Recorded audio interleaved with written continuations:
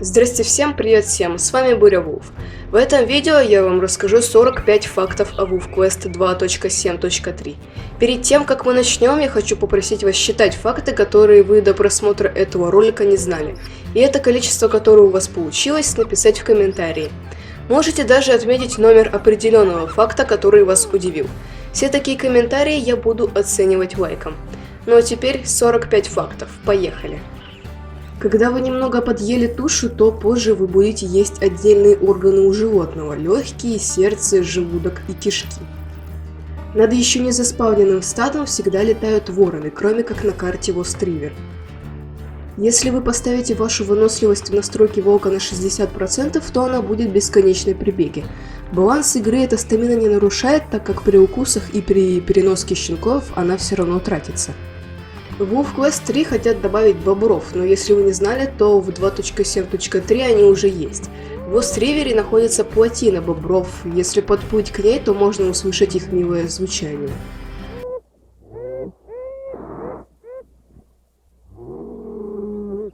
Путешествуя по миру, вы можете встретить птиц, стрекоз, бабочек и мух.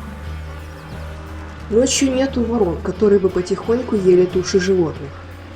Если вы играете с компьютера, то при нажатии на и английскую, и любую цифру от 1 до 8 вы активируете эмоции. А если вы так нажмете при анимации прыжка, то эмоция сохранится и вы вместе с ней можете ходить. Если вы за один раз сможете притащить щенка к логову, который находился от него довольно далеко, то вам дадут немало опыта. На зимней карте лоси и олени медленнее бегают, чем на других картах. Лисы будут охотиться у вас на глазах, прыгая в снег или в траву.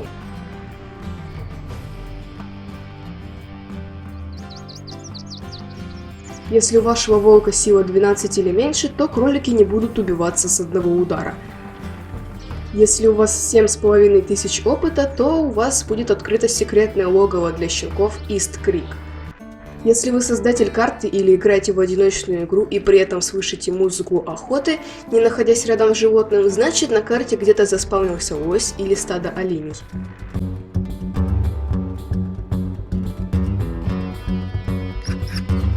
В одиночной игре при эпизоде с щенками вам становится доступна новая локация – ранчо. На нем вы можете убить теленка и поесть его, но если вы слишком долго будете там находиться, то вас застрелят. В Lost River иногда спавнится черная кошка, которая является отсылкой на реальную домашнюю кошку разработчика. На определенной локации есть свои объекты, которые будут летать по ветру, обозначенном на компасе. Весной это зеленые листья, осенью оранжевые, зимой снежинки, а в городе газеты. В одиночной игре самца в Апите падает 482 опыта, а не как в мультиплеере 500. По игровому миру раскиданы разные признаки присутствия людей и просто прикольные вещи и места по типу ботинок, костров, рога лося, дивана и так далее, за которые дают достижения. Если желтая шкала пометки территории упала, то к вам и к вашим щенкам могут прийти чужие волки, за прогнание которых дают 300 очков опыта. Рога в Апите и лося меняются в зависимости от сезона. Весной у них маленькие рога, осенью в Аметисте и Lost River большие, а зимой у лося вообще их нет. Шерсть кроликов зимой становится белой, но так было не всегда. До обновления с лосями на зимней карте были такие же зайцы, как и на любой другой. В Lost River ночью можно встретить забагованного лося Флоппи, который является отсылкой на видео разработчиков о баге с лосями.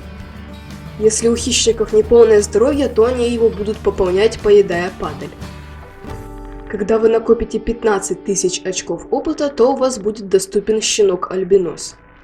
Территория может метиться не только мочой, но и сочетанием клавиш «вой» и «сидеть», что даже более эффективнее. Когда идет дождь, молния может ударить в дерево, и оно загорится. Учуять еще не заспавненную падаль может только создатель карты, при этом обычные игроки мультиплеера не могут этого сделать. В Lost River и в Аметисте иногда можно встретить одиночную самку в Апите без стада. Если падаль только что заспавнилась и вы стоите около нее, то возможно рядом с тушей заспавнится какой-нибудь хищник. В Аметисте вы можете найти череп, который время от времени очень красиво подсвечивается. За него дается скрытое достижение Ela Spore Yorick. Олени и оси будут атаковать медведей, пум и волков, если те находятся близко к ним. Карта Лост-Ривер, как я поняла, засушливый район, и поэтому там очень редко идут дожди.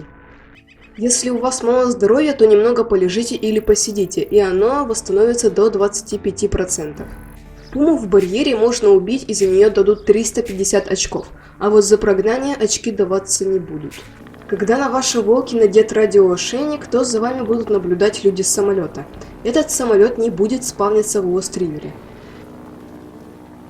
Если во время общения с будущим мейтом вы проявите агрессию, то он убежит, а вам дастся достижение Charmless, то есть некрасивый. Если вы случайно или специально удалили волка, то его можно возродить, запустив карту с его автосохранением. В Swallow Creek иногда вы можете услышать очень странные звуки.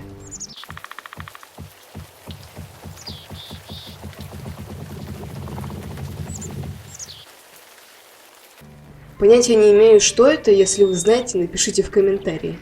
Пробегая мимо кустов, из них будут вылетать птицы. В разных определенных локациях есть свое музыкальное сопровождение. Где-то кричит сова.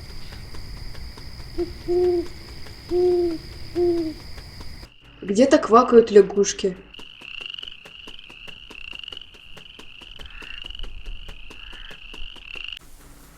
Где-то кричит лось. И так далее.